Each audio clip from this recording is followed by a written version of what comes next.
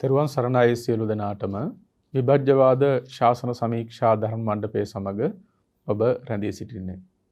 භික්ෂුන් වහන්සේලාගේ වගේම බෞද්ධ පින්වතුන්ගේ ඒකායන ප්‍රාර්ථනාව නිවන් අවබෝධ කරගන්න එක.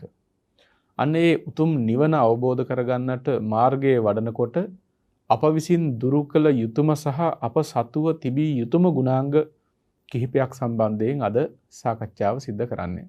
ඒ සුපුරුදු පරිදි දම්සභා මණ්ඩපයේට වැඩම කොට සිටිනවා ලබනෝරුව කන්ද ආරණ්‍ය සේනාසනාධිපති රාජකීය පඬිතු ශාස්ත්‍රපති පොත්මලේ කුමාර කස්සප පඬිතු හාමුදුරන් වහන්සේ. අපි හාමුදුරන් වහන්සේ විතාමත් ගෞරවයෙන් පිළිඅර ගන්නවා.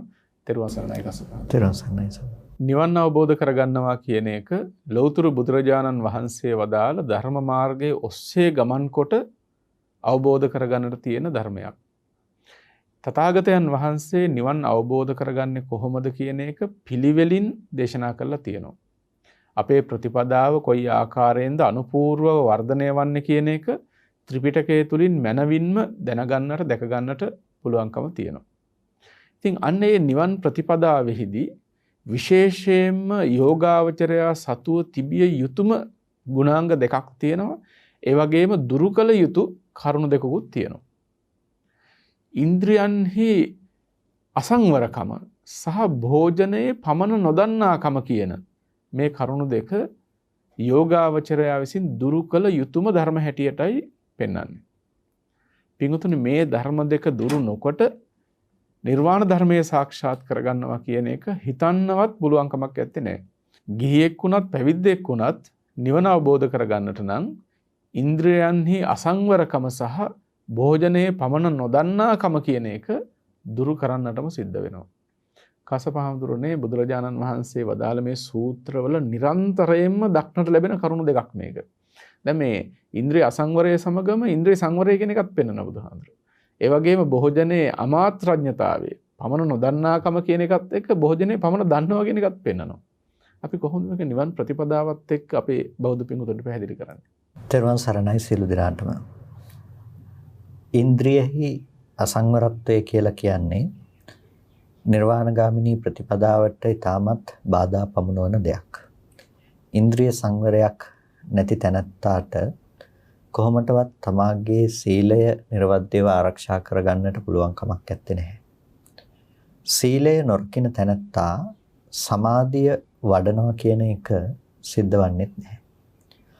මොකද හැම වෙලාවකදීම සීලය සමාධි සංවත්තනිකයි. සමාධිය පිණිස පවතින්නේ සීලය රැක ගන්නට බැරි තරම් විසිරුණු සිත් ඇත්තෙක් සමාධිය ආරක්ෂා කරනවා කියන දේ සිද්ධ වෙන දෙයක් නෙමෙයි. ඒ වගේම යම්කිසි කෙනෙක් සමාධිය නැත්තම් ඔහු ප්‍රඥාව අවදි කරනවා නැතිනම් නුවණ උපදවා ගන්නවා කියන එක සිද්ධ වෙන දෙයක් නෙමෙයි. මොකද හිත සමාහිත තැනත්තා තමයි මේ යථාභූත ඥාන දර්ශනය අවබෝධ කරගන්නේ. ඒ නිසා අපිට පේනවා මේ ඉන්ද්‍රිය සංවරය නැති කර ගැනීම තුළ සමස්ත නිවන් ප්‍රතිපදාවම අපි වරදවා ගන්නවා. ඒ නිසා මේක ඊටාම ප්‍රධාන කාරණාවක් තමයි ඉන්ද්‍රියෙහි තියෙන සංවරය කියන එක මේ නිවන් ප්‍රතිපදාව අපි අනුගමනය කරනකොට. බුදුරජාණන් වහන්සේ නිසාම නොයෙක් අවස්ථාවල භික්ෂුන් වහන්සේලාටත් හැම තැනකදීම බොහෝ ගිහියයට පවා අත්‍යවශ්‍ය වූවක් කොට දේශනා කරපු දෙයක් තමයි මේ ඉන්ද්‍රිය සංවරය කියන දේ. ඉන්ද්‍රියන්හි තිබෙන රැකවරණය සලසා ගැනීම. ඒකට කියන ඉන්ද්‍රියසු ගුත්තද්්වාරෝ කියලා. ගුප්ත කියලා කියන්නේ මේ ගෝපනය කරන ලද, ආරක්ෂා කරන ලද බව. ඉන්ද්‍රියන්හි ආරක්ෂාව සැලසීම, ඉන්ද්‍රියන්හි රැකවරණය සැලසීම තමයි ඉන්ද්‍රියසු ගුත්තද්්වාරෝ කියලා කියන්නේ. එතකොට අගුත්තද්්වාර කියලා කියනවා නොරක්නා ලද දොර ඇති බවට. ඉන්ද්‍රියන්හි නොරක්නා ලද දොර ඇති බව. එතකොට දැන් අපි ලෝකය පරිහරණය කරන්නේ ඇස, කන, නාසය, දිව, ශරීරය, මනස කියන මෙන්න මේ ආයතනයන් හරහා මේ ධර්මයන්ටම අපි කියනවා ඉන්ද්‍රිය ධර්ම කියලා. රූප පෙන්නකොට රූප පෙන්වීම පැත්තෙන් චක්කු ඉන්ද්‍රිය තමයි ප්‍රධාන වෙන්නේ. සද්ධාහන පැත්තෙන් සෝත ඉන්ද්‍රිය තමයි ප්‍රධාන වෙන්නේ. නිසා චක්කු, සෝත, ගාහන, જીවහා, කාය, මන කියන මේ දේවල් වලට අපි කියනවා ඉන්ද්‍රිය ධර්ම කියලා. ඒකට චක්කු ඉන්ද්‍රිය. මෙන්න මේ ඉන්ද්‍රිය ධර්මයන්හි සංවරයට පැමිණීම තමයි ඉන්ද්‍රිය සංවරයයි කියලා කියන්නේ. ඉන්ද්‍රිය සංවරය සතර සංවර ශීලයේහි ඉන්ද්‍රිය සංවර ශීලයට අයත් වන දෙයක්. එතකොට සතර සංවර ශීලයක ප්‍රධානතම කොටසක් තමයි මේ ඉන්ද්‍රියෙහි තිබෙන සංවරත්වය කියලා කියන්නේ. එතකොට මේ ඉන්ද්‍රිය සංවරය අපි ඇති කරගන්නේ කොහොමද? ඉන්ද්‍රිය අසංවරය අපි දුරු කරන්නේ කොහොමද? මේ කාරණාව ඊටාම වැදගත්. දැන් අපි ඉන්ද්‍රිය සංවර කරගන්නවා කියලා ඉන්ද්‍රිය සංවරය අපි ඇති කරගන්නේ අපිට කරන්නට පුළුවන් කමක් නැත්තේ නැහැ. ඉන්ද්‍රිය පැත්තෙන් ගිහිලා දැන් ඇහැ සංවර කරනවා කියලා කරන්න 아무තු දෙයක් නැහැ. කන සංවර කරනවා කියලා කරන්න 아무තු දෙයක් නැහැ. එතකොට මේ රූප නොබලා ඉන්නවා, ශබ්ද නාසා ඉන්නවා කියන එක ගැන නෙමෙයි මේ ශාසනයේ කතා කරන ඉන්ද්‍රිය සංවරය කියලා කියන්නේ. බුදුරජාණන් වහන්සේ ළඟට එක බමුණෙක් ඇවිල්ලා ඔවුන්ගේ ශාස්ත්‍රඥ වහන්සේ ඉන්ද්‍රිය සංවරය ගැන පනවනවා කියනකොට කියන රූප බලන්න එපා කියලා. මේ ඉන්ද්‍රිය කොච්චර සංවර කරගත යුතුද කියනවා නම් මේ රූප බලන්න එපා කියලා යෝන්ගේ ශාස්ත්‍රවරයා මේ ඔවුන්ට පනවන්නේ කියලා. ඒ වෙලාවේදී බුදුරජාණන් වහන්සේ දේශනා කරනවා එසේනම් මේ ලෝකේ අන්ධයත් ඉන්ද්‍රිය සංවරයටපත් වුණ කෙනෙක්. ඒ වගේම කන් ඇහෙන්නේ නැති මනුස්සයත් ලෝක ඉන්ද්‍රිය සංවරයටපත් වුණ කෙනෙක්. ඇයි රූප බලන්නේ නැත්නම් අන්ධයාට රූප පේන්නෙම නැහැ. ඉතින් අන්ධ තැනත්තාට රූප පේන්නෙම නැත්නම් ඔහු ඉන්ද්‍රිය සංවරය උපදවා ගත්තේ කියන දෙයි ඔබේ ශාස්ත්‍රවරයා කියන්නේ කියලා පෙන්වා දෙනවා. එතකොට පේනවා ඉන්ද්‍රිය සංවරය කියන එකෙන් අදහස් කරන්නේ මේ ඇස් පේන්නේ නැති තත්ත්වයටපත් කර ගැනීමක් හෝ එහෙමත් නැතිනම් මේ ඇස සංවර කරගන්න කිව්වා කියලා මේ රූප බලන්නේ නැතුව ඉන්නවා කියන එකක් ගැන කතාවක් නෙමෙයි මෙතනදී කියන්නේ. එතකොට මොකද්ද මේ ඉන්ද්‍රිය සංවරය කියලා කියන්නේ? පින්තුනි ඉන්ද්‍රිය සංවරය කියලා කියන්නේ හැම වෙලාවකදීම රූපයක් දක්නා මොහොතෙහි සිත තුළ හටගනු ලබන සංවරය. ලෝභ ද්වේෂ මෝහ ආදී අරමුණු විදිහට සිතේ හැසිරීමක් නැති වෙන්නට සිතේ ඇති කරගනු ලබන සංවරය තමයි ඉන්ද්‍රිය සංවරය කියලා කියන්නේ. එතකොට අපි සිත පැත්තෙන් ආරක්ෂා කරනකොට ඇස රැක්කා කියන ගණයට තමයි යන්නේ. යම් කිසි විදිහකින් යම් නගරයක ගෙවල් දොරවල් වහලා දාලා තිබුණත් මේ නගරයේ තිබෙන ප්‍රධාන ద్వාර ටික ආරක්ෂා කරලා නැත්තම්. කියන්නේ ඉස්සර අපි දන්නවා නගරවල නගර ප්‍රාකාරයක් බඳලා තිබුණා. නගරේ වට කරලා තාප්පයක් බඳලා තියෙනවා.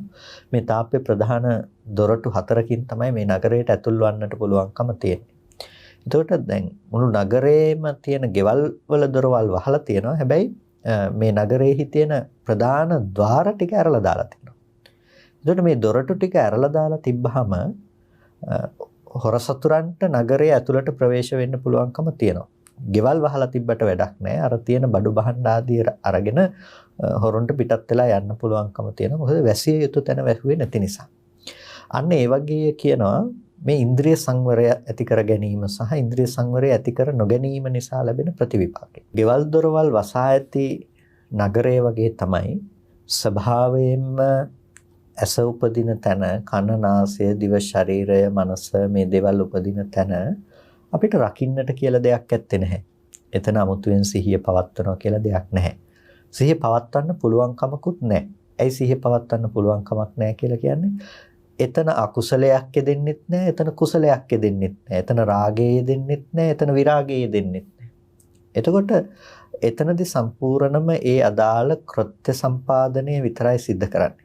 අපි ගත්තාම ඇස උපදින මොහොතෙහි චක්කු ප්‍රසාදය සංවර කරනවා කියන එකක් අපිට කරන්න පුළුවන් කමක් නැහැ මේ ඇස සංවර කරගන්න කිව්වා කියලා. අපි ඇසෙහි අසංවරයි කියලා කියන්නේ මේ චක්කු ප්‍රසාදය අසංවරයි කියන එක නෙමෙයි. චක්කු ප්‍රසාදෙහි සංවර අසංවර භාවයක් ඇත්තේ නැහැ. ඒ වගේම චක්කු ප්‍රසාදෙහි පහළ වූ චක්කු විඥාන සිතටත් සංවර අසංවර භාවයක් යෙදෙන්නේ නැහැ. ඒකෙත් සංවරයක් තියෙනවා අසංවරයක් තියෙනවා කියලා එතනත් කුසල අකුසල බවක් හෝ සංවර අසංවර භාවයක් පිළිබඳව කතාවක් එතන ඇත්තෙත් නැහැ. එහෙනම් කොතනද සංවර අසංවර භාවයක් ගැන කතා කරන්නට පුළුවන්කම තියෙන්නේ?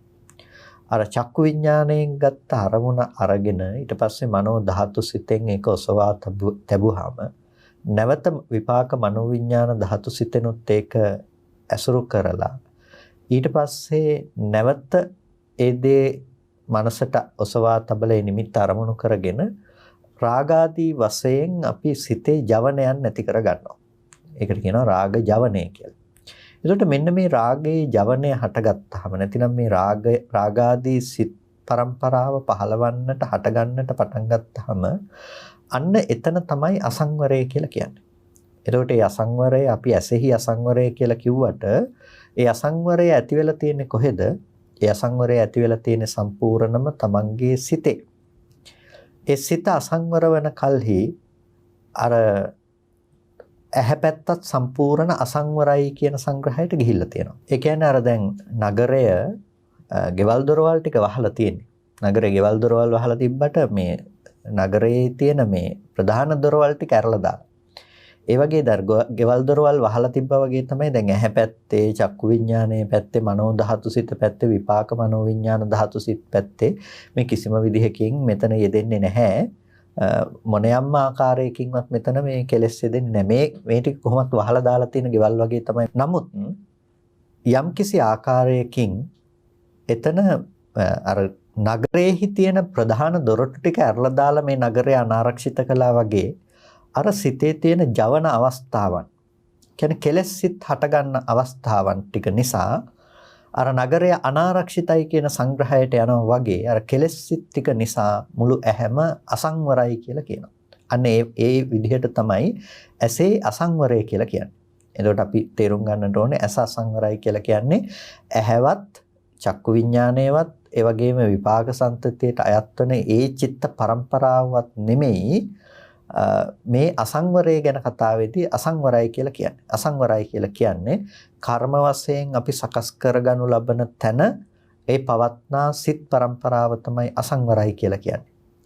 එතකොට මෙන්න මේ තැනින් තමයි ඉන්ද්‍රිය අසංවරය මනින්නට පුළුවන්කම තියෙන්නේ.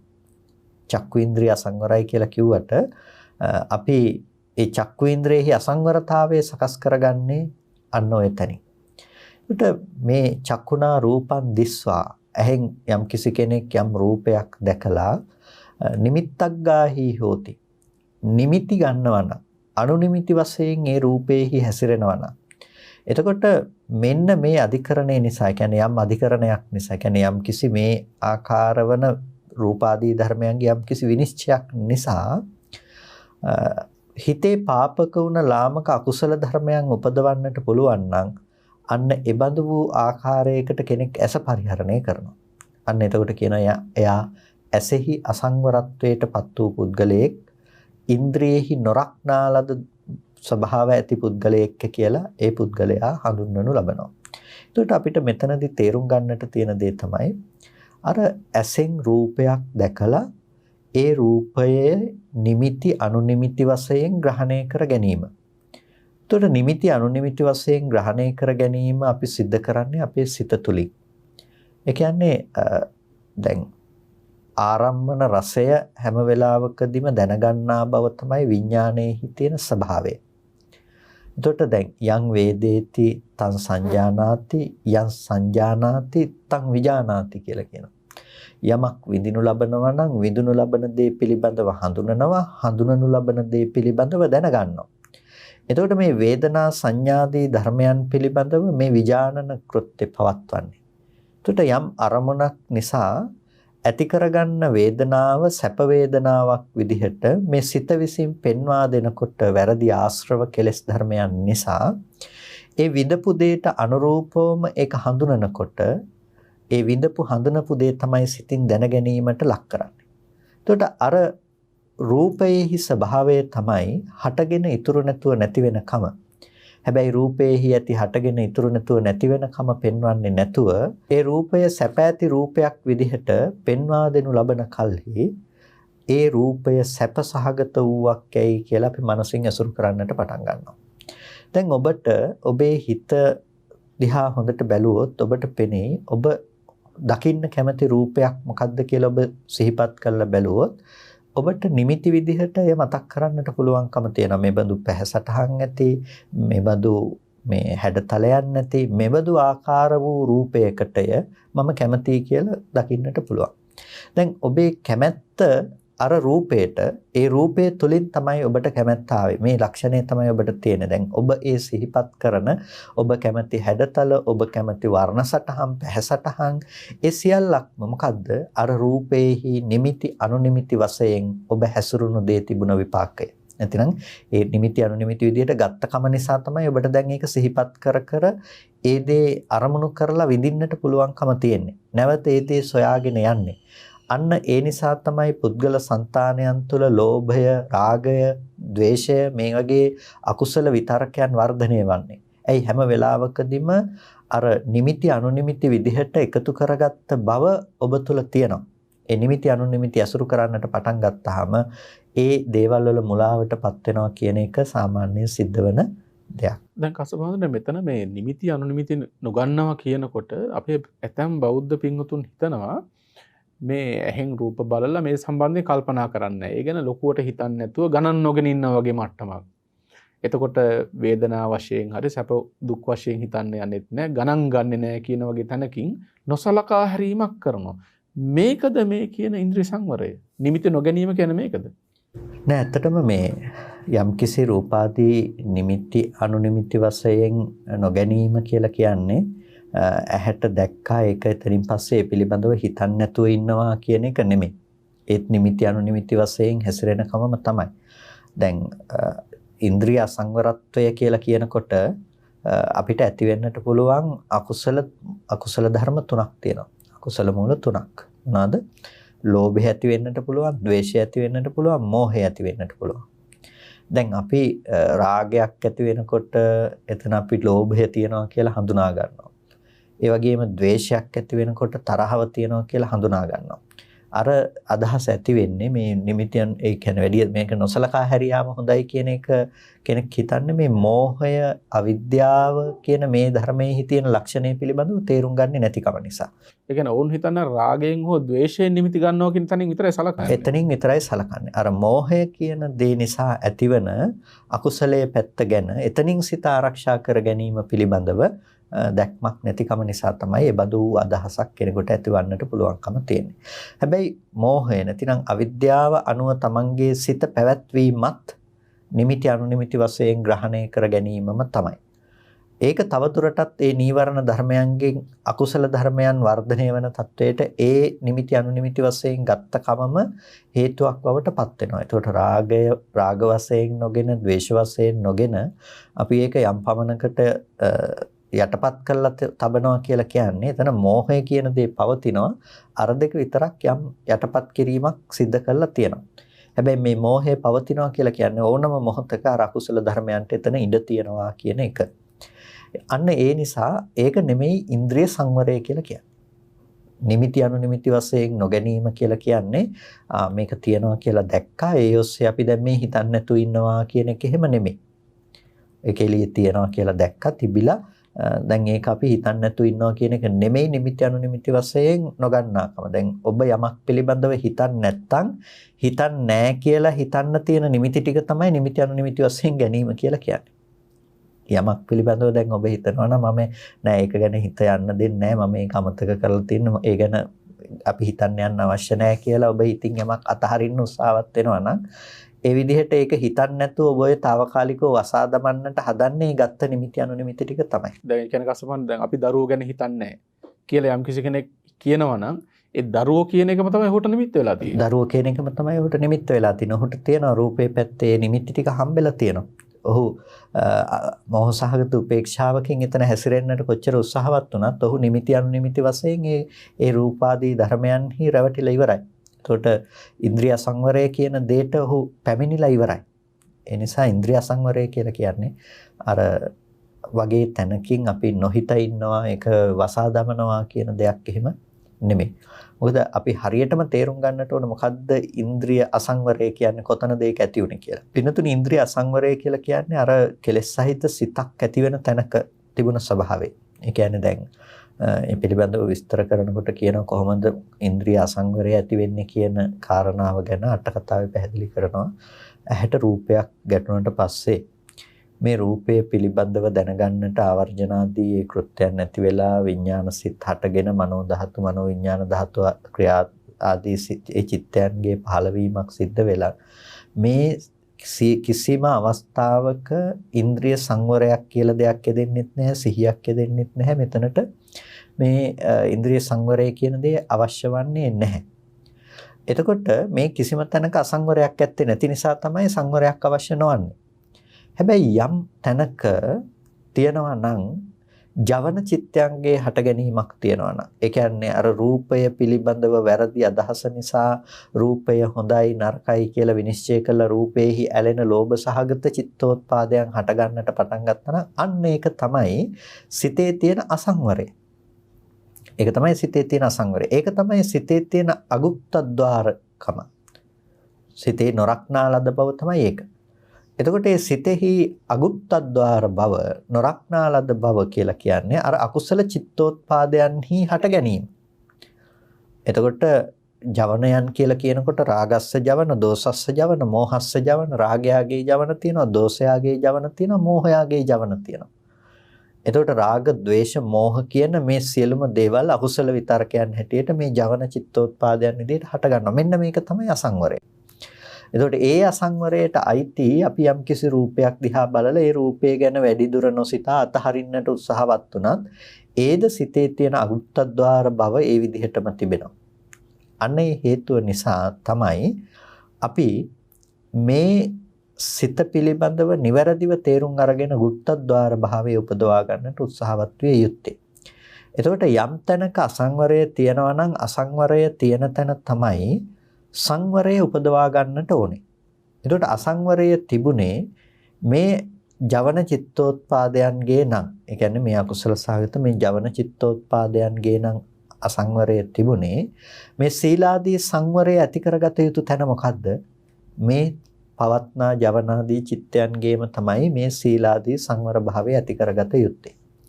එතකොට ඒ සීලාදී සංවර භාවය ඇති කරගන්නට මේ ජවන චිත්තෝත්පාදයන්හි මේ සංවරය උපදවන්නට නම් අපිට හටගත් රූපාදී ධර්මයන් පිළිබඳව නිවැරදිව විනිශ්චය කරගන්නට සිද්ධ වෙනවා.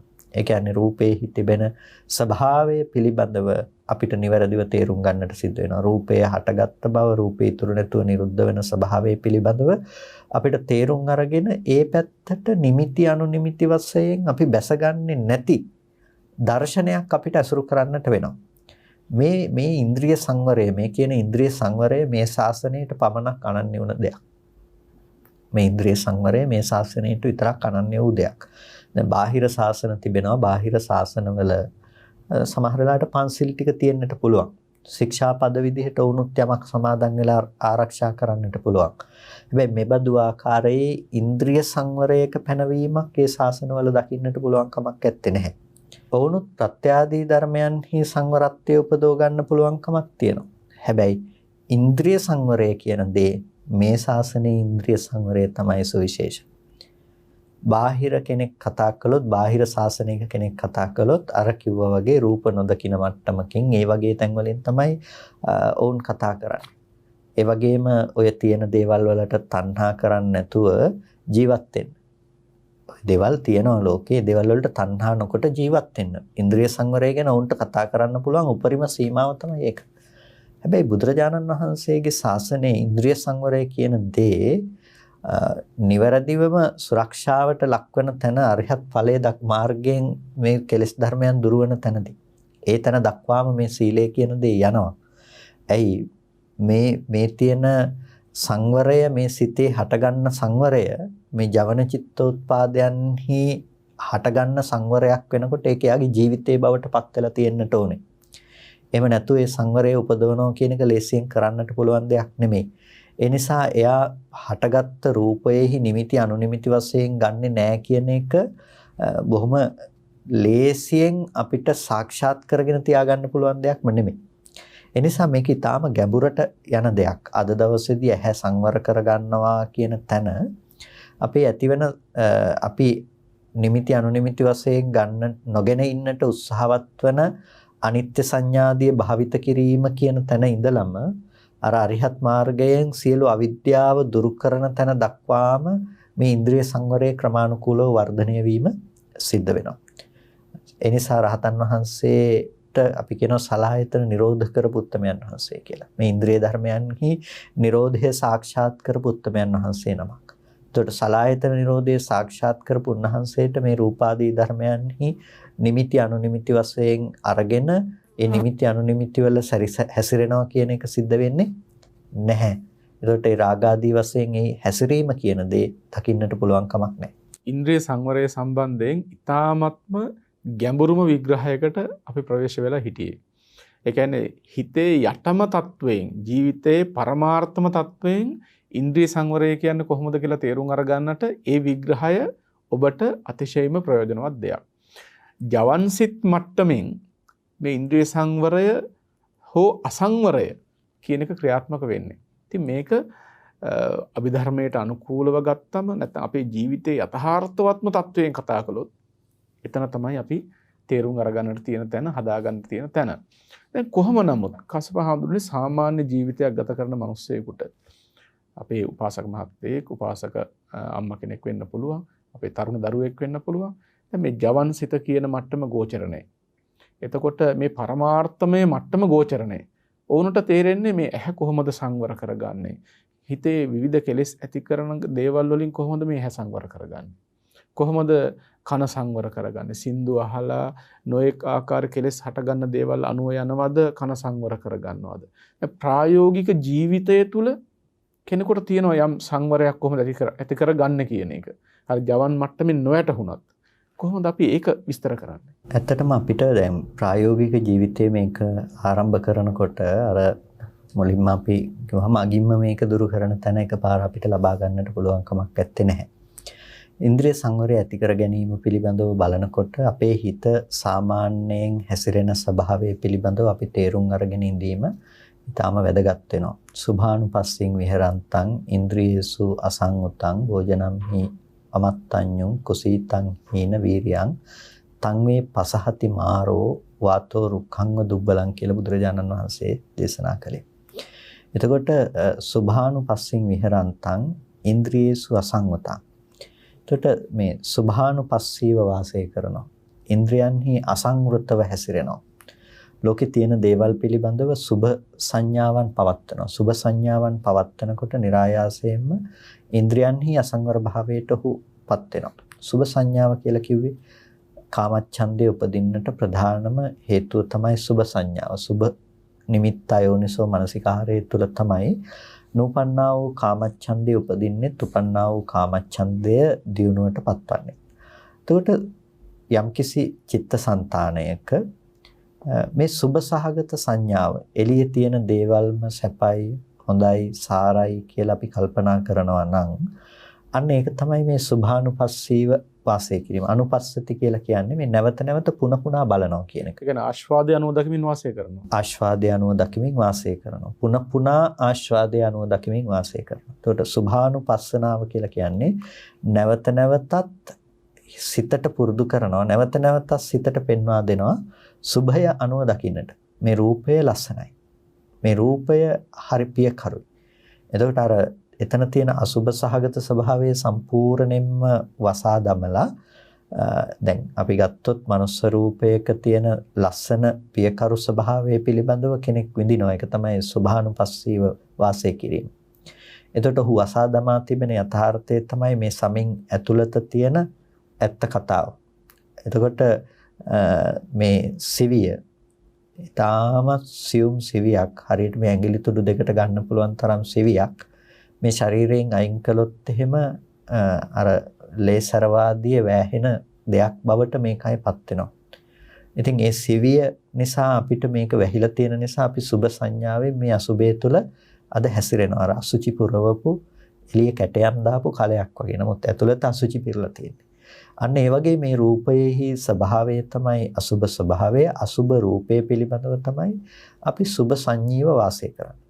එතකොට මේ විදිහට සුභ වශයෙන් රූපය පිළිබඳව දකින්න කෙනාට ඉන්ද්‍රියසු අසංවතං කියලා කියන ඉන්ද්‍රයන්හි අසංවර භාවයක් තියෙනවා. ලෝකේ වටිනවා කියලා යම් යම් වස්තුන් පෙන්වා දෙනකොට, ලස්සනයි කියලා රූප පෙන්වලා දෙනකොට ඔහුගේ ඉන්ද්‍රිය අර වටිනා දේහි අධිමුච්ඡති කියලා කියන ඇලෙනවා. වටිනා දේහි ඇලෙනවා. ලස්සනයි කියලා හිතනකොට ලස්සනයි කියන දේ පිළිබඳව ඔබේ සිත ඇලීමකට ලක් වෙනවා. අනේ තමයි ඉන්ද්‍රිය අසංවරය ඔබට දැනෙන විදිහට. ඉන්ද්‍රිය අසංවරය අර මට්ටමේ චිත්ත පරම්පරාවල තමයි ඉන්ද්‍රිය සංවරය කියන දේ පවතින්නේ. හැබැයි ඔබට දැනෙන දේ තමයි අර විදිහට ඔබට තේරුම් ගන්න පුළුවන්කම තියෙන දේ තමයි යම් කිසි දෙයක් හොඳයි කියලා හිතනකොට ලස්සනයි කියලා ඔබ හිතන්න ඒ දේ පැත්තට ඔබ නැවත නැඹුරු වෙනවා. වටිනවා කියලා ඔබ හිතන්න ඒ දේ පිළිබඳව ඔබේ හිත නැවත ඇලීමට ලක් වෙන්න පටන් ගන්නවා. මෙන්න මේක තමයි ඒ ඉන්ද්‍රියෙහි තියෙන අසංවරත්වය කියලා කියන්නේ. ඉන්ද්‍රියේසු අසංවතං කියලා කිව්වේ ඉන්ද්‍රියෙහි සංවෘත බවක් නැහැ. ඉන්ද්‍රිය වහලා දාලා නැහැ. ඉන්ද්‍රිය ටික අර්ථ දාලා තියෙන්නේ. අර ලෝභයට රාගයට ඇවිල්ලා තමන්ව පැහැරගෙන යන්න පුළුවන්කම තියෙනවා. ද්වේෂයට ඇවිල්ලා තමන්ව පැහැරගෙන යන්න පුළුවන්කම තියෙනවා. ඇයි ඔබ හැම වෙලාවකදීම සිතේ ඇතිවෙන ඒ ධර්මය දකින්නේ බාහිර රූපය තුල තියනවා කියලා. එතකොට එළියේ තියෙන දේ පිළිබඳව තමයි මේ නිමිති විදිහට ඔබ හැසිරෙන්න පුරුදු වෙලා තියෙන්නේ. නිසා ඔබට ලෝකයේ තුල වටිනකම් නොවටිනකම් හම්බ වෙනකොට අන්න ඒ බඳු මනසක් තියනවා කියලා කියන්නේ ඉන්ද්‍රියෙහි අසංවෘත භාවයක් තිබෙනවා. එතකොට භෝජනම් හිච මත්තඤ්ඤුන් අපිට ඉදිරියට කතා කරන්නට පුළුවන්කම තියෙනවා භෝජනේ පමණ දන්නා බව කියන එක. මේ හීන වීරයේ තියෙන කුසීත පුද්ගලයා තන් මේ පසහති මාරෝ එක්කෙනා මේ මාරය විසින් පෙරලලා දානවා කොහොමද වාතෝ රුක්ඛං දුබ්බලං හරියට දුර්වල මුල් ඇති දුර්වල ගහක් මහ හුලඟක් විසින් පෙරලලා දානවා වගේ මාරය කිසි අපහසුාවක් නැතිව අර පුද්ගලයාව පෙරලා දානවා නැතිනම් තම වශයෙන් ගන්නවා. එතකොට මාරයාගේ වශයට අහු වෙනවා කියලා කියන්නේ හැම මොහොතකදීම රූපාදී ධර්මයන්හි ඉන්ද්‍රියන්හි අසංවරතාවය ඇතිව වාසය කිරීම නිසා සිද්ධ වෙන දෙයක්. එහෙනම් අපි ඉන්ද්‍රිය සංවරය ඇති කර ගන්නවා නම් ඉන්ද්‍රිය සංවරය අපි ඇති කර ගන්නට ඕනේ කොතනින්ද? ඒ ඉන්ද්‍රිය සංවරය ඇති කර ගන්නට පටන් ගන්නට ඕනේ පින්නතුනේ අද ඔබට දැනෙන මට්ටමේ ඉඳලා. එතකොට දැන් අපි කිව්වේ සුභානුපස්සීන් විහරන්තං කියලානේ. පුළුවන් නම් අසුභානුපස්සීන් විහරන්තං. ඉන්ද්‍රියේසු සුසංවතං කියන තැනටපත් වෙන්න. අසුභානුපස්සීව වාසය කරන්නට පුළුවන් නම් ඒ කියන්නේ රූපාදී මේ ධර්මයන්ගේ සුභ සංඥාව තියෙන තැනක ඔබ අසුභානුපස්සීව වාසය කරනවා. ඔබට යමක් ලස්සනයි පියකරුයි කියලා හිතිලා ඔබ රාගය ඇති කරගෙන රාගයෙන් ඇලෙන තැනක ඔබට පේන දෙයට ඔබෙන් යම් පමණකට නුවණ පවත්වන්නට උත්සාහවත් වෙනවා. අර ඇඟිලි තුඩු දෙකක් අතරට ගන්න පුළුවන් කියලා කිව්ව අර සිවිය අයින් කරලා ඔබට නුවණින් දකින්න පුළුවන් නම් මේ කයේ ස්වභාවය මේ ලේසරව වැగిරෙන අර උඩහම සිවිය ගියාට පස්සේ අර ලේ පාටට වෙලා මේ කයෙහි ස්වභාවය පිළිබඳව ඔබ දන්නවනේ. එතකොට අන්න ඒ ස්වභාවය ආදේශ කරගෙන මේ වැස්ම පොඩ්ඩක් ගලවලා ඔබට සිහියෙන් බලන්න පුළුවන් නම් නුවණින් බලන්න පුළුවන් නම් ඔබට පේනවා මේ රූපයම අසුබ ස්වභාවයෙන් යුක්තයි කියලා. එතකොට කෙනෙකුට හිතන්න පුළුවන් ඒත් නිමිති විදිහට ගන්න කම නේද කරන්න කියලා. එතකොට ඔව් ඒත් නිමිත්තක් තමයි. හැබැයි ඒක අසුබ සහගත නිමිත්තක්. ඒක ඌ පරිදි නිමිත්තක්. පවත්නා නිමිත්තක්. ඒ බඳු අසුබ ස්වභාවය නිසාම තමයි ඒ බඳු ස්වභාවයක් ගන්නට සුදුසු. ඒකෙන් බලාපොරොත්තු වෙන්නේ මොකක්ද? ඒකෙන් බලාපොරොත්තු වෙන්නේ අර බොරුවෙන් හදලා දීපු වැරදි සංඥාව දුරු කිරීම තමයි මේ යථාර්ථ සංඥාවෙන් බලාපොරොත්තු වෙන්නේ. අසුබය වැඩිවීමෙන් බලාපොරොත්තු වෙන්නේ නේද? එතකොට අර සුබයි කියලා ගත්ත වැරදි නිමිත්තක් තිබුණා නම් ඒ වැරදි නිමිත්ත මේ අසුබ නිමිත්ත නිසා දුරු වෙනවා. අසුබ නිමිත්ත නිසා අර සුබ සහගත නිමිත්ත දුරු වෙනවා. ඒත් රූපේහි ගත්ත නිමිත්තක් නේද කියලා අර අපි කලින් කතා කරපු දර්ශනයට අනුව කෙනෙකුට හිතන්න කෙනෙකුට තර්ක කරන්න පුළුවන් ඒත් නිමිති අනුනිමිති වශයෙන් ගැනීමක් නේද කියලා. පින්නතුනේ මේ අනුපූර්ව වශයෙන් මේ ප්‍රතිපදාව දියුණු කරන්නේ. ඒ කියන්නේ දැන් කෙස්ලොම් නියද සම්මස්නහර වශයෙන් බලන්න කිව්වා කියලා දැන් කෙස් කියලා ධර්මයක් ලෝකයේ තුල නැහැනේ. ඇහැට පේන්නේ වර්ණ සටහන් මාත්‍රයක්. ඒක කෙස් කියන්න පුළුවන් කමක් නැහැ. අතට ඇල්ලුව පටවි ධාතුව ලැබෙනවා. පටවි ධාතුව කෙස් කියලා කියන්න පුළුවන් කමකුත් නැහැ. එතකොට මේ විදිහට අපි හිතන්නට ගියොත් එහෙම මේක ආරම්භ කරලා දියුණු කරගෙන යන්න තැනක් නැහැ. නමුත් අනුපූර්ව වශයෙන් යනවා මේක දියුණු කරගෙන. ඉස්සෙල්ලාම පුද්ගලයෙක් ඉන්නවා කියන තැනක දෙතිස් කුණුම කොටාසයක් දකින්න පුරුදු වෙනවා. දෙතිස් කුණුම කොටාසය දකින්න තැනක ඊට පස්සේ මේ පඨවි ධාතු අනුගීපු කොටස් මෙච්චරයි, ආපෝ තේජෝ වායෝ ධාතුන්ගේ කොටස් මෙච්චරයි කියලා අර ධාතු ස්වභාව මාත්‍රයන්ට හිත තියලා ඊට පස්සේ හිත ධාතුන්ගේ පැත්තෙන් බලන්න පුරුදු වෙනවා. ඊට පස්සේ සතර මහා ධාතු විදිහට අපි බලන්න පුරුදු වෙච්ච තැනක මේ සත්පුද්ගල ආත්ම සංඥාව ඇති වෙන්නේ කොයි විදිහටද මේ රූපය ඇති කල්ලි මේ නාම ධර්මතා ටික ඇති කල්හි හටගත්තු ධර්මයක් කියලා අපි නාම රූප ධර්මයන්ගේ පරිච්ඡේදයක් පිළිබඳව අපි කතා කරනවා. එතකොට දැන් මේක මේ අනුපූර්ව වශයෙන් ගියපු ගමනක්. මුලින්ම ඉස්සෙල්ලාම අරකට ගියේ නෑ. අන්න ඒ වගේ තමයි මේ සුබ සංඥාව දුරු කරගන්නට ඕන නිසා අසුබ සංඥාව අසුබ නිමිත්ත වඩනවා. ඒකත් නිමිත්තක් තමයි. එතකොට මේ අසුබ නිමිත්ත වැඩිම තුළ අර සුබ සංඥාව ඉවත් කරගන්නට අපට පුළුවන්කම තියෙනවා.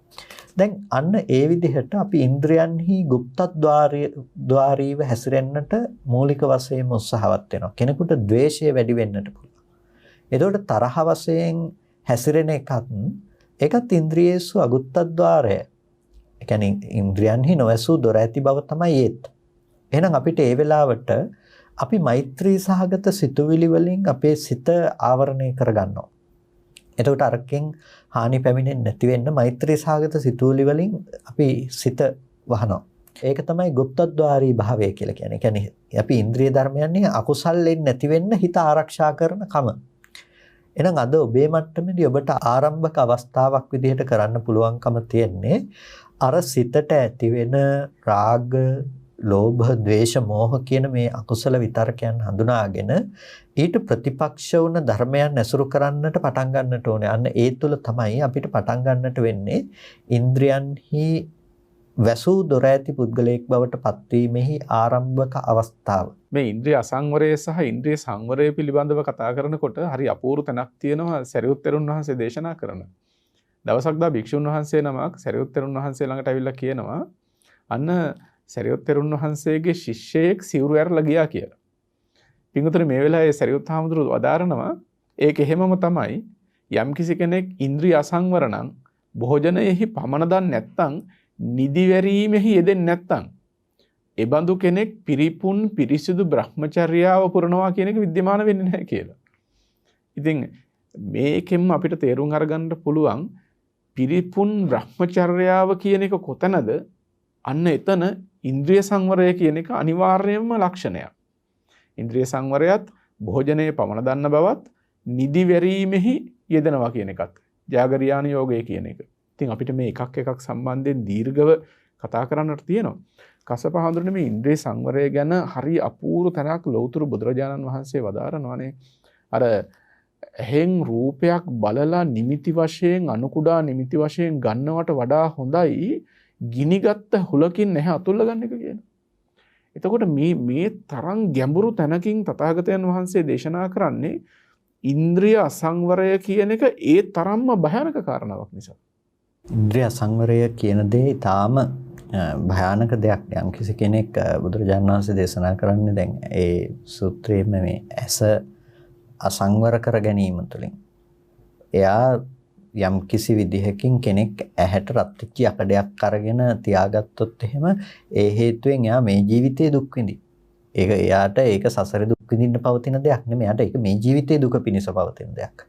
හැබැයි යම් විදිහකින් එයා රූපයන් දිහා බලලා ප්‍රිය නිමිති විදිහට අරගෙන නිමිතියන් නිමිති විදිහට අරගෙන රූපේහි රාගාදී වශයෙන් හැසිරීම එයාට අනන්ත සසරක දුක් විඳින්න හේතු වෙන දෙයක්. සමහර ලාවට එයාට ඇස් අහිමි වීමේ දුක් ඒ හේතු නිසා විඳින්න වෙයි අනන්ත ප්‍රමාණ කාලයක්. ඒ නිසා ඒක එච්චර භයානකයි කියලා. ඒකෙන් දේශනා කළේ මේ ඇහැ නැති කරගන්න කියන එක ගැන නෙමෙයි, මේකේ භයානකකම පිළිබඳව භාග්‍යතුන් වහන්සේ විවරණය කළේ.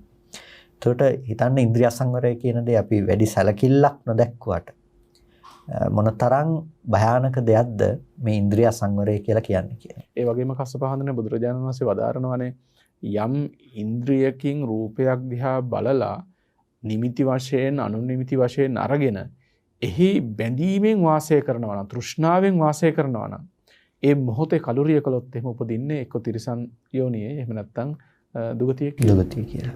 එතකොට දැන් ඒ එච්චර භයානක දෙයක් තමයි මේ ඉන්ද්‍රිය අසංවරත්වය කියන එක. සත්වයා දුකට පමුණවන ලෝභ ද්වේෂ මෝහ ඇති කරන්නටම උපකාරී වෙන බොහොම භයානක දෙයක් තමයි ඉන්ද්‍රිය අසංවරය කියලා කියන්නේ.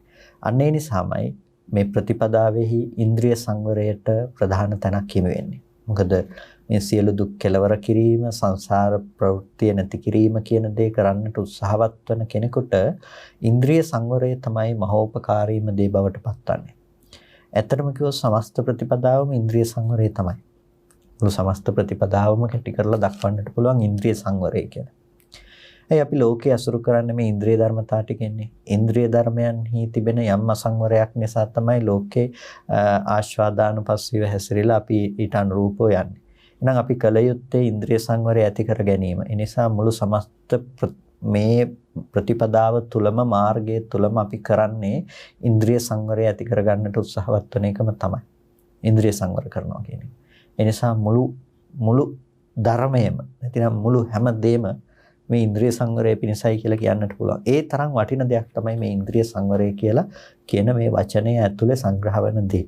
ඒ නිසා මේක ඊටාම වැදගත්. එතකොට මේ ඉන්ද්‍රිය සංවරය කියන දේ ඒ විදිහට මේ ශාසනයේ තියෙන ඊටාම වැදගත්ම දෙයක්. දැන් කස්සපහඳුරනේ ඉන්ද්‍රිය සංවරය ඒ තරම් වැදගත් වුණත් ඉන්ද්‍රිය අසංවරය කියන එක කොයිතරම් අනර්ථකාරී විපාක ගෙන දෙන්නක් වුවත් දැන් මේ සාමාන්‍ය ජන ජීවිත ගත්තම මිනිස්සු ජීවත් වෙන්නේ ඇහෙන් රූප බලමින් කනෙන් ශබ්ද අහමින් සතුටු වෙමින් පස්කම් සොයන් භුක්ති විඳින්මින් යන ජීවිතයක් තියෙනවා.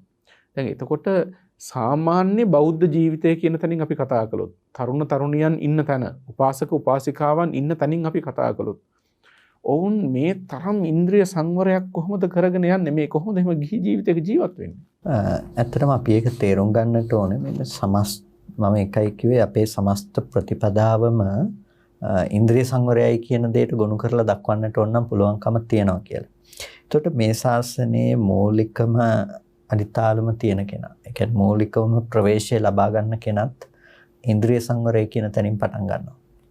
ඒකට බුදුරජාණන් වහන්සේ දේශනා කරනවා මේ බුදුරජාණන් වහන්සේගේ ධර්මය භික්ෂුන් වහන්සේලාට භික්ෂුණීන් වහන්සේලාට සාමණේර සාමණේරීන්ට ඒ වගේම අනගාരിക උපාසක උපාසිකාවන්ට විතරක් නෙමෙයි කාමභෝගී උපාසක උපාසිකාවන්ට ප්‍රතිඵල ලබන්නට පුළුවන් ශාසනයක් කියලා. සෝවාන් ආර්යයන් වහන්සේට පවා මේ කාමරාගාදී මේ සංයෝජනයන් අප්‍රහීනයි. එතකොට දැන් උන්වහන්සේ අපායගාමී භවෙන් මිදිලා හැබැයි උන්වහන්සේට කාමරාගාදී සංයෝජන ධර්මතා ටික තාම තියෙනවා. ඒ කියන්නේ රාගය උපදින්නේ නැහැ කියන එක නෙමෙයි. ධර්මයන් හදාගෙන ගිහි ජීවිතයක ඉන්න පුළුවන්. ගිහි ජීවිතයක ඉන්න පුළුවන්කම තියෙනවා. ඒකට දැන් අපි ඉන්ද්‍රිය සංවරය කිව්වහම ඉන්ද්‍රිය සංවරයේහි තියෙන උපරිමස්ථලය පිළිබඳව අපි කතා කරනවා. ඒ උපරිමස්ථය පිළිබඳව කතා කරනකොට අපි නොසිතිය යුතුයි මේ ඒක තමයි ආරම්භය කියලා. ඒක මේ ඉන්ද්‍රිය සංවරය තුළ යම් කිසි කෙනෙක් ගිහිල්ලා අවසාන වශයෙන් එහි මස්තක ප්‍රාප්ත භාවය තමයි ඒ. හැබැයි ඉන්ද්‍රිය සංවරය කියන එකේ ඒ සීමාවන් කතා කරන්නට තියෙන නිසා අපි සාමාන්‍ය කාමභෝගී ගිහි ජීවිතයක් ගත කරන කෙනෙකුට ඒ සමාජයට අපි ඉන්ද්‍රිය සංවරය ගැන කතා කරනකොට අපි ඒ ඉන්ද්‍රිය සංවරය කතා කරන්නට ඕනේ. නැතිනම් ඔබ ඉන්ද්‍රිය සංවරය ඇති කරගන්නට ඕනේ අර කියන උපරිම ස්ථලයේදී එකපාර ලබා ගන්න තැනින් වෑයම් කිරීම නෙමෙයි. එහෙම පුළුවන් නම් හොඳයි. ඒක ලේසි නෑ. ඒක කරන්න පුළුවන් නම් වඩා හොඳයි. ඒක තමයි කළ යුතුම දේ. හැබැයි ඒක කරනවා කියන එක ප්‍රායෝගිකව ලේසි නැහැ. කරන්න ලේසියෙන් පුළුවන්කමක් නැත්තේ නැහැ. තාමත් තීක්ෂණ ප්‍රඥාවක් තියෙන කෙනෙකුට වහා අවබෝධ කිරීමෙන් එතෙන්ටපත් වෙන්න පුළුවන් මිසක සාමාන්‍යයෙන් නොවැඩූ ඉන්ද්‍රිය තියෙන කෙනෙකුට එහෙමපත් වෙනවා කියන එක කරන්න පුළුවන් කමක් නැහැ. ඒ හේතුව නිසා අපි සාමාන්‍ය ජීවිතය තුළ එදිනදා ජීවිතය තුළ අපි කොහොමද ඉන්ද්‍රිය සංවරය ඇති කරගන්නේ කියන එක ගැන අපි තේරුම් ගන්නට අවශ්‍යයි. මෙතන මේ කාරණාව තේරුම් ගන්නකොට මුල ඉඳලම කතා කරත්. ඒ කියන්නේ මුල් මට්ටමේ ඉඳලම ඔබට ඉන්ද්‍රිය සංවර කරගන්නේ කොහොමද කියලා කිව්වොත් ඔබේ හිත මූලික වශයෙන්ම දුර්වලයි අකුසලයට ප්‍රතිවිරුද්ධව නැගී සිටින්න.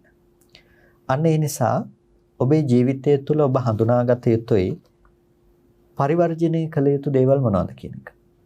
ඔබ පරිවර්ජනය කළ යුතු දේවල්, ඒ කියන්නේ අත්හැරිය යුතු දේවල් මොනවද කියන එක ඔබ තේරුම් ගත යුතුයි.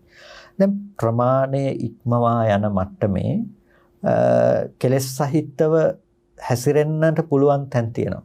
ඒ කියන්නේ දැන් සාමාන්‍ය ලෝභය නෙමෙයි විෂම ලෝභය කියන දේ ඇති වෙනකොට. ඒකට මේ විෂම ලෝභය අනුව හැසිරෙන්නට පුළුවන් වටපිටාවල් අපි ඒක පරිවර්ජනය කළ යුතු අවස්ථාවන් හැටියට අපිට තේරුම් ගන්න පුළුවන්. එතකොට දැන් ගෘහ ජීවිතයක ජීවත් වෙන කෙනෙකුට එදිනෙදා එයාට වියපැහැදම් කරන්නට දේවල් ඕනේ. සමහර වෙලාවට පෞල් ජීවිතයක් ගත කරන්නට ඕනේ. මේ විදිහට උන්ට ජීවත් වෙන්නට අවශ්‍යතා විදිහට උන්ට පේන දේවල් තියෙනවා. අනගාരിക ජීවිතයකට ප්‍රවේශ වෙන්න උන්ට පුළුවන් කමක් නැහැ. එතකොට ඒ වගේ තැනැත්තෙක් ඉන්ද්‍රිය සංවරය ගැන හිතනකොට එයාට පුළුවන්කම තියෙනවා එයාගේ මට්ටමින් ඉන්ද්‍රිය සංවරය කොහොමද ඇති කරගන්නේ කියන එක ගැන බලන්න. දැන් එයාගේ සිත හැම වෙලාවකදීම ද්වේෂය අනුව යනවා නම් එයාට පුළුවන් ද්වේෂය අනුව යන්න නැති වෙන්න එයාගේ හිත හදාගන්න උත්සාහවත් වෙන්න පුළුවන්කම තියෙනවා. ඒ වගේම එයාගේ හිත අන්සතු වස්තුව පිළිබඳව තණ්හාව ගෙනවෙද්දෙන මට්ටමට යනවා නම් ඒ මට්ටමට හිත නොයන විදිහට එයාට තමන්ගේ හිත රැක ගන්න පුළුවන්කම තියෙනවා. ඒ වගේම තමන්ගේ විවාහපත් බිරිඳ හෝ ස්වාමියා හෝ පිළිබඳව ඇති කරගන්න ඇතිවෙන කැමැත්තට වඩා එහා ගිහිල්ලා අනිකුත් ස්ත්‍රී පුරුෂයන් පිළිබඳව කැමැත්ත ඇති වෙලා රාගය ඇති කරගෙන ඒ පැත්තට යනවා නම් අන්න ඒ මනස ඔබට නැති කරගන්නට පුළුවන්කම තියෙනවා. එතකොට ඔබට බොරු කීම, රහමෙර පානය කිරීම ඒ වගේ මට්ටම් වලින් ඇතිවෙන අකුසල ධර්මයන් ඔබට නැති කරගන්නට, ඒ ඉන්ද්‍රියම් පිනවන්නට, ඒ පැත්තෙන් උත්සාහවත් වීම ඔබට නැති කරගන්නට පහසුවෙන් පුළුවන්කම තියෙනවා. මේ තමයි ඉන්ද්‍රිය සංවරයේ තියෙන මූලික අඩිතාලම. නැතිනම් මූලිකම පදනම, මූලිකම අවස්ථාව. දැන් මේ කසපාඳුනේ හරියට අර ගොවියෙක් මහා වනාන්තරයක් සින්දෙන් එකපාර උදැල්ල අරගෙන ගිහලා උදුළු ගන්න යන්නේ නැහනේ. ඉස්සෙල්ලා කැත්තෙන් පොරවෙන් අර ලොකු ගස් ටික අයින් කරගන්නවා.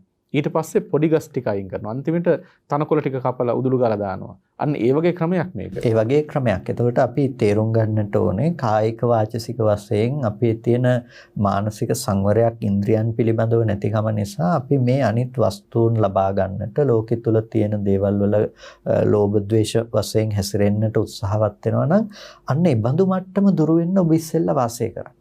එතකොට දැන් ඔබට පන්සිල් පද පහ හරියට රැක ගන්න ඕනේ නම් ඒකටත් ඔබට ඉන්ද්‍රිය සංවරයක් තියෙන්නට ඕනේ මේ මට්ටමේ.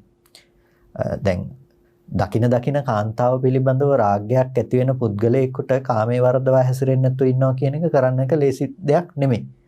නමුත් ඔබට පුළුවන් නම් ඒ පවත්තන රාගසිත වෙනස් කරගන්න උත්සාහවත් වෙන්න. එතකොට දැන් ඔබ උත්සාහවත් වෙන්නේ මේ හිතට රාගසිතක්වත් ඇති වෙන්නේ නැතුව ඉන්න නෙමෙයි. ඔහු උත්සාහවත් වෙන්නේ ඔහුගේ සිත ගිහිල්ලා අර ප්‍රමාණය ඉක්මවා ගිහිල්ලා ඇති වෙන රාග ආදී සිතුවිලි නතර කරගන්න, තැන්ටපත් කරගන්න. එකකින් කියන්නේ රාගය හොඳයි කියන එක නෙමෙයි. හැබැයි ඔබට යම් සංවරයක් තියෙන්නට ඕනේ අද. අන්න ඒ අවශ්‍ය සංවරය ඇති කරගන්නට තමයි ඔබේ උත්සාහය. එතකොට එතන තමයි ඉන්ද්‍රිය සංවරය තියෙන්නේ.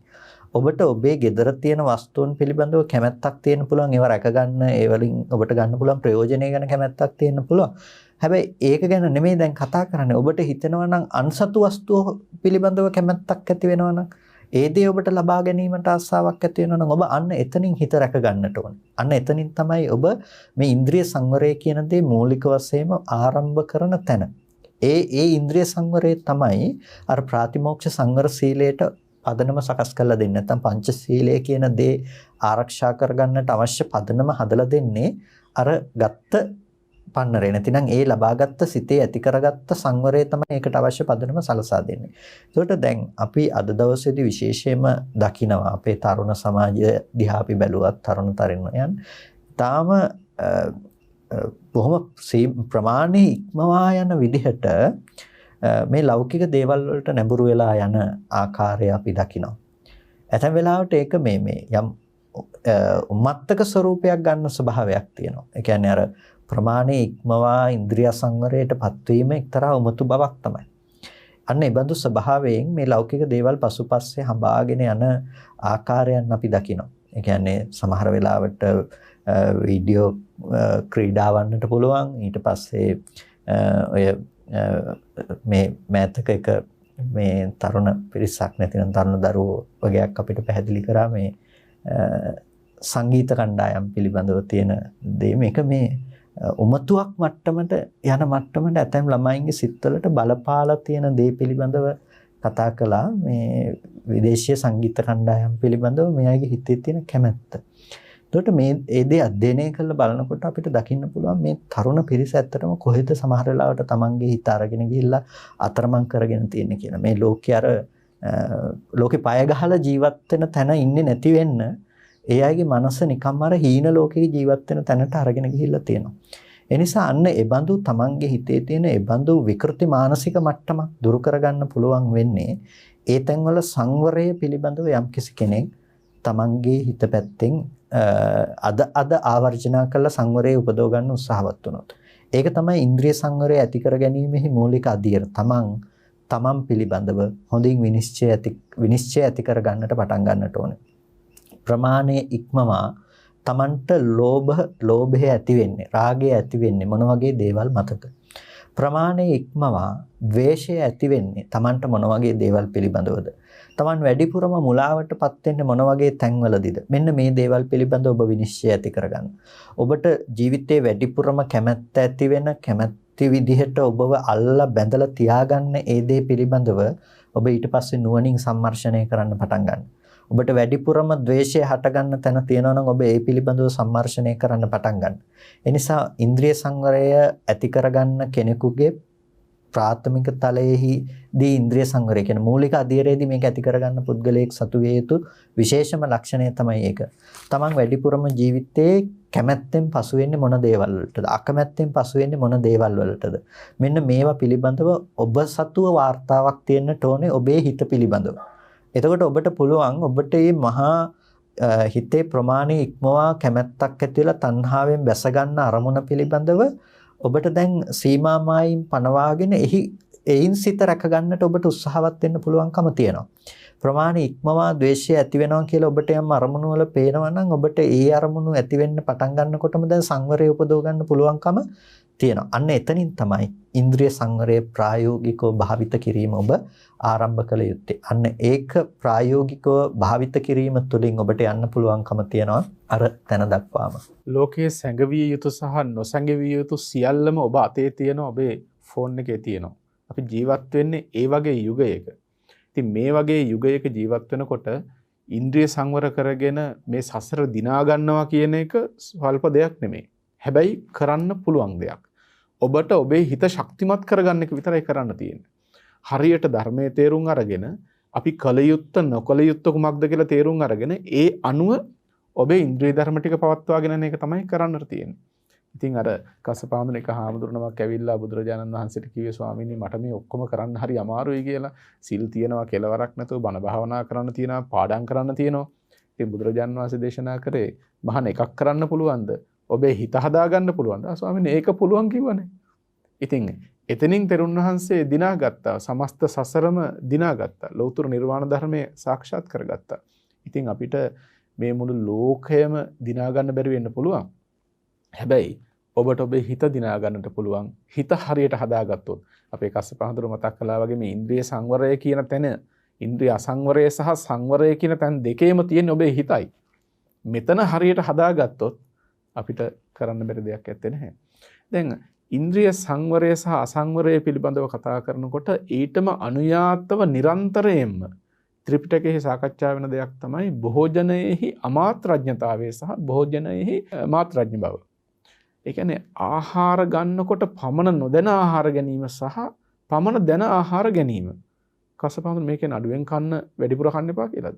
මොකද්ද මේ ගැන තියෙන උතුම්ම ධර්මානුකූල විග්‍රහය? භෝජනයේහි මාත්‍රඥ බව, භෝජනයේහි ප්‍රමාණය දන්නා කම.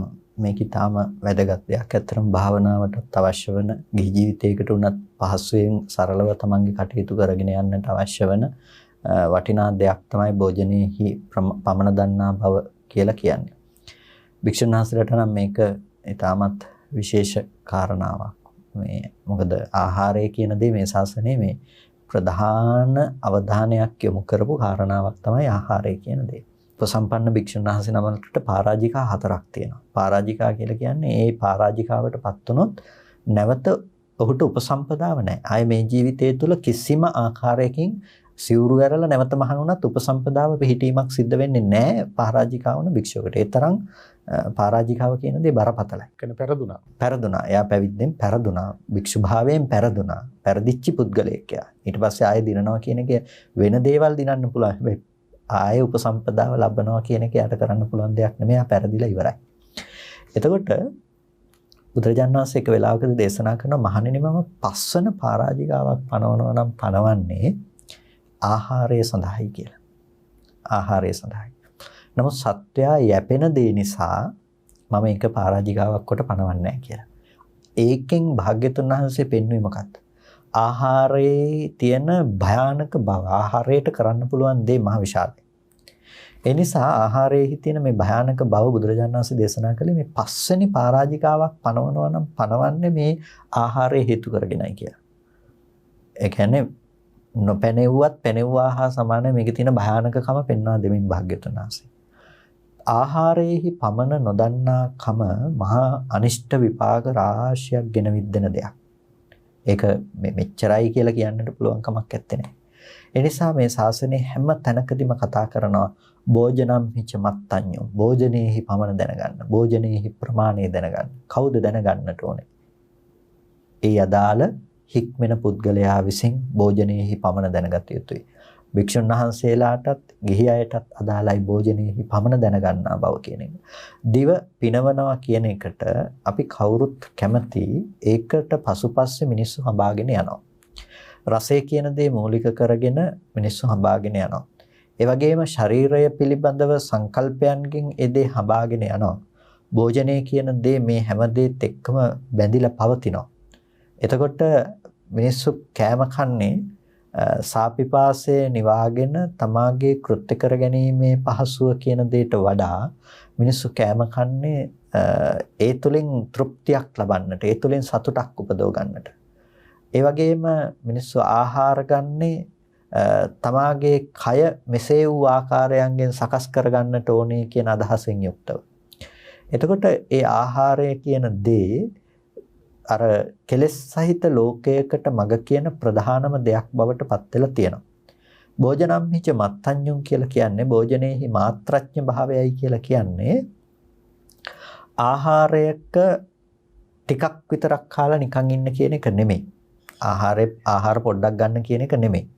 භෝජනයේ මාත්‍රඥතාවයයි කියලා කියන්නේ ආහාරය පිළිබඳව තමන්ගේ හිතේ ඒ ලෝභ ආදී වශයෙන් හැසිරෙන්නේ නැතුව ආහාරයේ තිබෙන අර්ථය දැනගෙන ආහාර ගන්න කියන එක.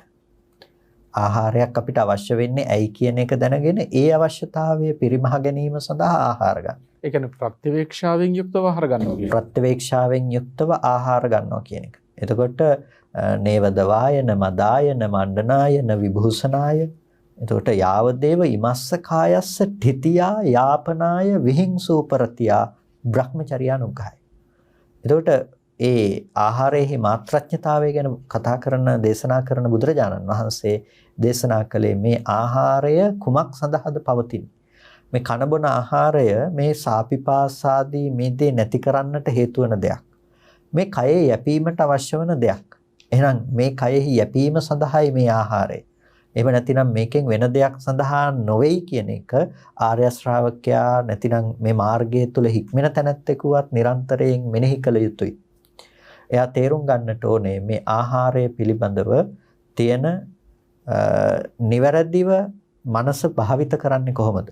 මේක විහිංසූපරතියා මේක දිව පිනවමින් මේ ඔස්සේ මේ රස අණු අපේ සිත අරගෙන යමින් මේ අණු අපේ හිත හැසිරෙන්නට නොදී අපි හිත රැකගන්නේ කොහොමද? මෙන්න මේ පිළිබඳව අපි හැම වෙලාවකදීම කල්පනා කරන්නට අවශ්‍යයි. විශේෂයෙන් භෝජනයේහි මාත්‍රඥ භාවය පිළිබඳව අපි කතා කරනකොට අපිට මහ විශාල වපසරියක් කතා කරන්නට පුළුවන්කම තිබෙනවා. බුදුරජාණන් වහන්සේ මේ පුත්‍ර මාංශ සංඥාවෙන් ආහාර ගන්න කියලා දේශනා කරනවා. එතකොට ඒ ආහාරය එච්චර ප්‍රධාන දෙයක් සිද්ධ කරන නිසා තමයි භාග්‍යතුන් වහන්සේ මේ විදිහට දේශනා කරන්නේ. මේ කයෙහි පැවැත්ම සඳහා පමණක් අවශ්‍ය වෙන විදිහට ආහාරය ගන්න කියලා දේශනා කරනවා. ඒකට මේ ආහාරය කියන දේ අපි හිතුවේ නැති වුණාට මේව පස්සේ පන්නගෙන යෑම තුළ નિરાයාසයෙන්ම අපි ඇති කරගන්නවා අර ඉන්ද්‍රිය සංවරයට තියෙන භූමිකාවත් ඒ වගේම මේ කය පිළිබඳව ඕනවට වැඩිය ඇලීම් සහගත ස්වභාවයක් නිකම්ම ඇති වෙනවා භෝජනයේ තියෙන පමණ නොදන්නාකම නිසා. ඒ නිසා භෝජනයේහි පමණ දන්නාකම මේ ශාසනයේ ඊටම සුවිශේෂ ගුණාංගයක්. අපි අනිවාර්යෙන් ඇති කරගත යුතු උතුම් ගුණ ධර්මයක් හැටියටයි අප හඳුනා ගන්නට ඕනේ. ගිහියෙක් වුණත් පැවිද්දෙක් වුණත් නිර්වාණ ධර්මය අවබෝධ කරගන්නට නම් ඉන්ද්‍රිය සංවරයත් භෝජනයේ මාත්‍රාඥතාවයත් නිදිවැරීමෙහි යෙදීමත් ස්මෘතිය හා සම්පජඤ්ඤයත් කියන කරුණු හතර අතිශයින්ම වැදගත් වෙනවා. ඒකේ ඉන්ද්‍රිය සංවර කරගන්නට ඕන, භෝජනයේහි පමණ දැනගන්නට ඕන. නිදිවැරීමෙහි යෙදෙන්නට කියලා කිව්වේ මේ නිදිවරාගෙන නිකන් ඉන්න කියලා නෙමෙයි. රාත්‍රියේ ප්‍රථම යාමයේ හොඳට බණ භාවනා කරනවා.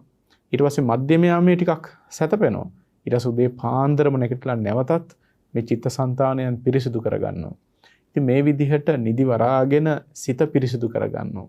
මෙන්න මේ කරුණු 4 භික්ෂුන් වහන්සේ නමකට වුණත් බෞද්ධ පින්වතුන්ට වුණත් නිවන් අවබෝධ කරගන්නට නම් ඒකාන්ත වශයෙන්ම තිබිය යුතු වෙනවා. ඒ නිසා අර පේකස්ස පහඳුරෝ සිහිපත් කළා වගේ භෝජනයේහි පමණ දන්නවා කියලා කියන්නේ ඔබ බාගෙට කාලා ඉන්නවා කියන එක නෙමෙයි. සිහි නුවණින් යුක්තව ප්‍රත්‍යවේක්ෂා නුවණින් යුක්තව එය පරිභෝග කරනවා. දැන් හාමුදුරන් වහන්සේලා නම් නේවදවාය නමදාය නමණ්ඩනාය විභූෂනාය කියලා ප්‍රත්‍යවේක්ෂා කරන්නේ ඒකයි මේ දවයේ පිනිස නෙමෙයි මදේ පිනිස නෙමෙයි සැරසෙන්න නෙමෙයි මේගේ මස් ගුලි ගුලි හදාගෙන විවිධ හැඩතල හදා ගන්නට නෙමෙයි සැරසීම සඳහා නෙමෙයි යාවදේ විමස්ස කායස ඨිතිය මේ හුදෙක් මේ ශාරීරියේ පැවැත්ම සඳහා කුමක් නිසාද බ්‍රහ්මචර්යාවට අනුග්‍රහ පිණිස මේ නිවන් අවබෝධ කරගන්න ජීවිතය ගෙනියන්න ඕන නිසා. ඉතින් මේ වගේ හිත හදාගන්නට අපිට අවශ්‍ය කරන විශේෂ කොටස් තියෙනවා. මේවා එකින් එක තේරුම් අරගෙන ඒවා අපේ ජීවිතවලට යොදා ගන්න එක තමයි වඩාත් වැදගත් වෙන්නේ. ඉතින් මේ ධර්ම සාකච්ඡාව තුළින් ඔබ ලබාගත් මේ දැනුමකට විතරක් සීමා කරගන්න නැතුව ඒ ඔබේ ප්‍රායෝගික ජීවිතය බවට පත් කරගන්න. ඔබේ ජීවිතයට යොදා ගන්න. ධර්මයේ ජීවිතයට යොදා ගන්න තරමට තමයි ඔබට මේ උත්තම ශාසනයෙන් ප්‍රයෝජන ගන්නට පුළුවන්කම තියෙන්නේ. ඒ අමා මහ නිවනින් සැනසෙන්නට පුළුවන්කම තියෙන්නේ. ඉතින් ඒ සඳහා උත්සාහයෙන් කටයුතු කරන්න. අදත් මේ ධම්සභා මණ්ඩපයට වැඩම කරලා මේ උත්තරීතර කරුණු සම්බන්ධයෙන් ඔබව දැනුවත් කළ ලබනෝරුව කන්ද ආරණ්‍ය සේනාසනාධිපති රාජකීය පඬිතු ශාස්ත්‍රපති කොත්මලේ කුමාර කස්සප පඬිත හාමුදුරන් වහන්සේට අපි බොහොම ගෞරවයෙන් පුණ්‍ය අනුමෝදනා කර සිටිනවා. මේ බණ දහම් අහන ඔබ සෑම සිල් දෙනා නමින් මිය පරලොව ගිය සියලු ඥාති හිතයිශීනුත් මේ උතුම් පින් අනුමෝදන් වෙත්වා. පින් කැමැති හැම සත්වගද මේ පින් අනුමෝදන් වෙත්වා. දුකින් මිදී සුවපත් වී ලෞතුරු නිර්වාණ සුවයෙන්ම සැනසීම ලබත්වා.